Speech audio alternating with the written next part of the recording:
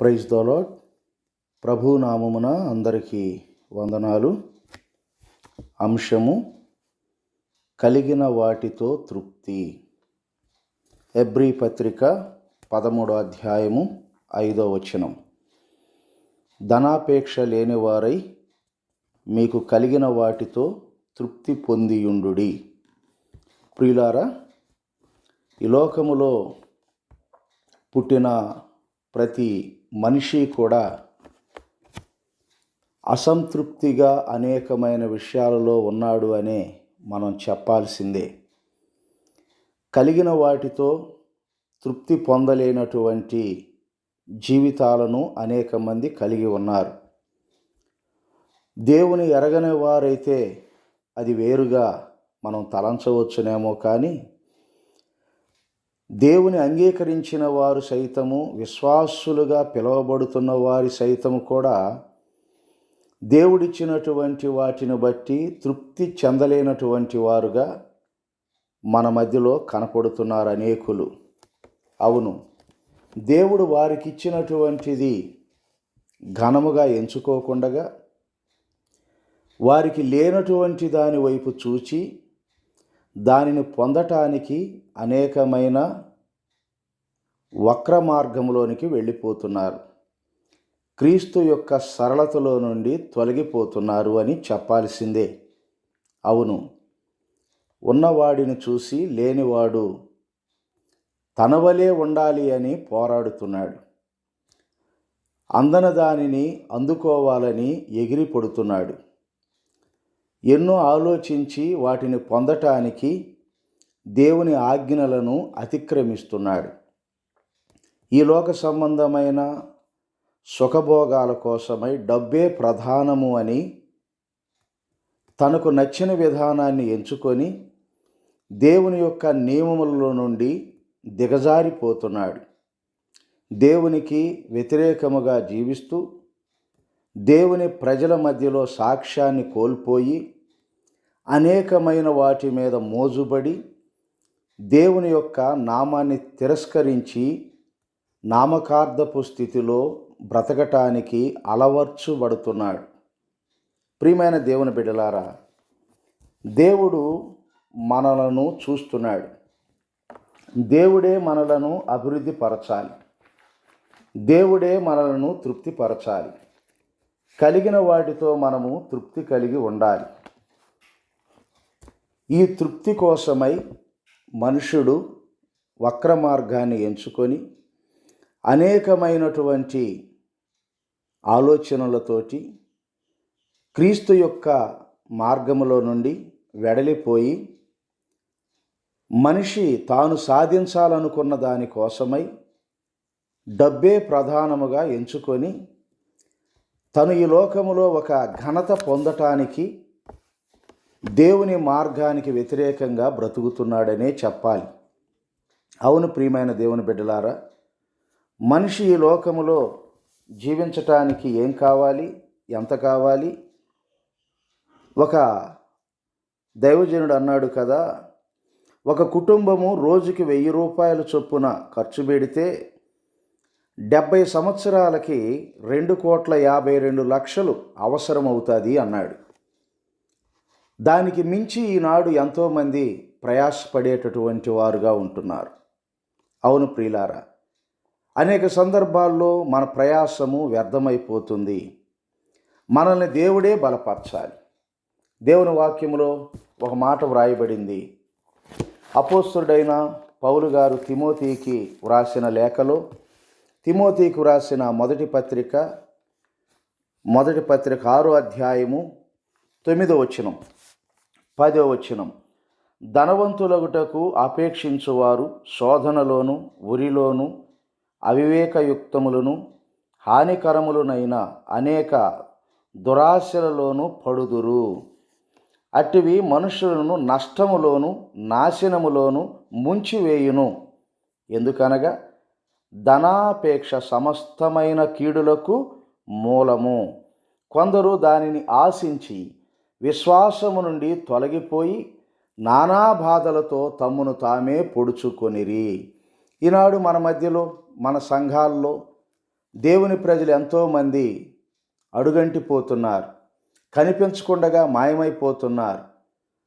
ఎల్లప్పుడూ అన్ని కార్యక్రమాలకు హాజరయ్యేటటువంటి వారు ఈరోజు మన మధ్యలో వెలితిగా కనపడుతున్నారు. కారణం ఏమిటి అని అంటే, దేవుని బిడ్డలారా, వారేదో ఒక శోధనలో ఇరుక్కుపోయి ఉన్నారు. వారేదో సంపాదించాలని, ఏదో చెయ్యాలని దేవునికి స్థానాన్ని ఇవ్వకుండగా తమ ఆలోచనలని ప్రసిద్ధి చేసుకుంటూ తమ మనసుకు నచ్చిన విధానములో దేవుని మార్గములో ఈరోజు వాళ్ళు కనబడటం లేదు అనే చెప్పాలి. అవును, దేవుడు మనల్ని ఆశీర్వదించాలే తప్ప మనముగా ఏది చేయలేం.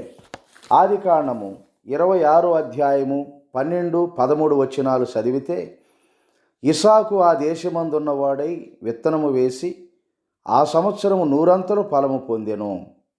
యెహోవా అతనిని ఆశీర్వదించిన గనుక ఆ మనుషుడు గొప్పవాడాయను.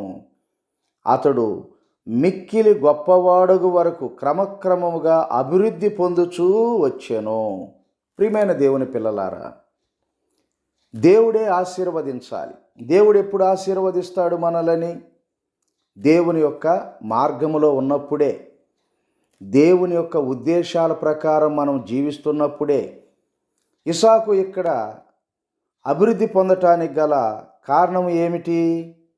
ఆదికాండం 26వ అధ్యాయములో ఇక్కడ మరి 2వ వచనాన్ని మనం చదివితే, యెహోవా అతనికి ప్రత్యక్షమై, నీవు ఐగుప్తులోనికి వెళ్ళక నేను నీతో చెప్పు దేశమందు నివసించుము. 3వ వచనం, ఆ దేశమందు పరవాసివయుండుము, నేను నీకు తోడయుండి నిన్ను ఆశీర్వదించెదను. దేవుడు అబద్ధమాడడు. దేవుడు ఎప్పుడూ కూడా ఆయన చెప్పినది చేస్తాడు. ఎప్పుడు? ఎవరైతే చెప్పిన దానికి లోబడుదురో అలాంటి వారి పట్ల దేవుని కృప ఉంటుంది. దేవుని బిడ్డలారా, ఆలోచిస్తే ఇక్కడ ఇస్సాకు దేవుని యొక్క మాటను మీరలేదు. దేవుడు చెప్పినట్లుగా చేశాడు గనక ఆదేశమందున్నవాడై గొప్పవాడైపోయాడు. అవును, దేవుడిచ్చిన దానితో అతడు గొప్పవాడయ్యాడు. ఏ వంక్ర మార్గాన్ని ఎంచుకోలేదు. ఏ ఆస్తి పరులను చూచి తను వ్యసనపడలేదు. ఆయన కష్టాజితాన్ని దేవుడు ఆశీర్వాదకరంగా ఉంచాడు. కాబట్టి మన జీవితంలో దేవుని బిడ్డలారా, దేవుడు ఆశీర్వదించాలి అని అంటే మనల్ని కూడా ఇస్సాకు వలె మనము కూడా దేవుని యొక్క ఆజ్ఞలను గైకొనాలి. దేవుని మాట ఏమిటో మనం తెలుసుకొని దేవుడు మనల్ని ఎలా నడిపించాలనుకుంటున్నాడో ఎరిగి మరి మన జీవితమును మనం ప్రారంభించుకోవాలి. అనుదిన జీవితంలో మనకెన్నో అవసరాలు ఉంటాయి. మనకేవేవో కావలసి వస్తాయి. మన శక్తికి మించింది కూడా కొన్ని సందర్భాల్లో మనకి అవసరత ఏర్పడుతుంది. వాటన్నిటినీ దేవుడే ఇవ్వాలి. కానీ మన సొంత మార్గాల ద్వారా, మన సొంత జ్ఞానాన్ని ఉపయోగించి మనముగా వక్ర మార్గాన్ని ఎంచుకొని వాటిని సాధించాలని ఎల్లప్పుడూ మనము చూడరాదు. దేవుని మీద ఆధారపడు. దేవుని వాక్యాన్ని గైకొను. దేవుడు ఏం చెప్తున్నాడో తెలుసుకొని అలాగ జీవించు. బైబిల్ గ్రంథములో ఒక చక్కని మాట, ఫిలిప్పీలకు రాసిన పత్రిక 4వ అధ్యాయము 11, 12, 13 వచనాలను మీరు చదవగలిగితే ఇక్కడ ఈ మాట వ్రాయబడి ఉన్నది. నాకు కొదవ కలిగినందున నేను ఇలాగూ చెప్పుటలేదు. నేనే స్థితిలో ఉన్నను ఆ స్థితిలో సంతృప్తి కలిగి నేర్చుకొని ఉన్నాను. ఇలాగ మనం కూడా ఉండాలి. నేర్చుకోండి. దేవుడు ఏ స్థితిలో ఉంచాడో ఆ స్థితిలోనే మనం ఉండాలి. దానికి మించి మనం ప్రయత్నాలు చేస్తే తిమోతి పత్రికలో చెప్పినట్లుగా మనం శోధనలోను, ఉరిలోను, దేవుని సరళతలో నుండి కూడా తొలగిపోవటానికి కూడా, విశ్వాస భ్రష్టత్వానికి దిగజారిపోవటానికి కూడా కోల్పోతాం. కాబట్టి దేవుని బిడ్డలారా, మనం ఇలా నేర్చుకోవాలి. చూడండి, ఇక్కడ 12వ వచనము 12వ వచనం చూస్తే మీరు ఇక్కడ దీనస్థితిలో ఉండనిరుగుదును, సంపన్న స్థితిలో ఉండనిరుగుదును, ప్రతి విషయములోనూ అన్ని కార్యములలోనూ కడుపు నిండియుండుటకును, ఆకలి గొనియుండుటకును, సమృద్ధి కలిగి ఉండుటకును, లేమిలో ఉండుటకును నేర్చుకొని ఉన్నాను. నన్ను బలపరచువాని యందే నేను సమస్తమును చేయగలను. చూడండి, ఇక్కడ అన్ని పరిస్థితులు అంటే ఎన్ని పరిస్థితులు వచ్చినా, ఇక్కడ ఎన్ని పరిస్థితులు వచ్చినాయండి, ఎన్ని పరిస్థితులు కొదవలు ఉన్నాయంటున్నాడు అక్కడ. అంత మాత్రమే కాదు, అక్కడ అంటున్నాడు కదా, సంతృప్తి కలిగి ఉండ నేర్చుకొని ఉన్నాను అంటున్నాడు. దీనస్థితిలో సంపన్న స్థితిలో ఉండ నేను ఎరుగుదును. అన్ని కార్యక్రమాలలో కడుపు నిండి ఉండుటకును, ఆకలి గొని ఉండుటకును, సమృద్ధి కలిగి ఉండుటకును, లేమి, ఇలాగా అప్ అండ్ డౌన్. కొన్ని సందర్భాల్లో నీకు అన్నీ సక్రమంగా ఉంటాయి, కొన్ని సందర్భాల్లో నీకు లోటుపాట్లు ఉంటాయి, కొన్ని సందర్భాల్లో నువ్వు నవ్వుతావు, కొన్ని సందర్భాల్లో నువ్వు ఏడవాలి, కొన్ని సందర్భాల్లో ఇతరులకు సహాయం చేస్తావు, కొన్ని సందర్భాల్లో ఇతరుల దగ్గర తీసుకోవాలి. ఇలాగా దేవుడు ఏదైతే నీకు అనుగ్రహించాడో ఆ జీవితాన్నే నువ్వు ఆరంభించు. దేవుడు నీ పట్ల ఏదైతే ఉంచాడో దానిని బట్టి నువ్వు తృప్తి కలిగి ఉండు. అవును, కలిగిన దానితో నువ్వు తృప్తి పడాలే తప్ప లేని దానిని గురించి నువ్వు చింతించకూడదు. అలాగ చింతించుట ద్వారాగా నువ్వు ఒక అన్యజనుడుగా పరిగణించబడతావు. అవును, అన్యజనులు వాటన్నిటి గూర్చి చింతించుదురు అని ప్రభు చెప్తున్నాడు కదా. మనం దేవుని బిడ్డలము గనక ప్రభు మనకు సహాయం చేస్తాడు. కాబట్టి పౌలు గారు చెప్పినట్లుగా అన్ని పరిస్థితుల్లోనూ నేను సంతృప్తి కలిగి ఉండుట నేర్చుకొని ఉన్నాను అని అంటున్నాడు. కాబట్టి మన పూర్వీకులు మనకి మాదిరిగా ఉన్నారు. అలాంటి వారిని మనం జ్ఞాపకం చేసుకుంటూ మన అనుదిన జీవితంలో ఈ జీవనోపాధిలో మనకి ఏది కావాలది దేవుడు ఇస్తున్నాడు గనక దానిని బట్టి మనము ఆనందిస్తూ మన విశ్వాసములో మనం ముందుకు సాగుదుముగాక. ప్రార్థన. పరిశుద్ధుడు అయిన తండ్రి, మీకు స్తోత్రాలు. ఇంతవరకు మీ కృపలో జ్ఞాపకం చేసుకున్నారు. మీరు మాకు అనుగ్రహించిన స్థితిని బట్టి మేము సంతృప్తి పొందుటకు సహాయం చేయమని యేసు ప్రభువారి పేరట ఆరాధించి స్తుతులర్పించి వేడుచున్నాను తండ్రి. ఆమేన్.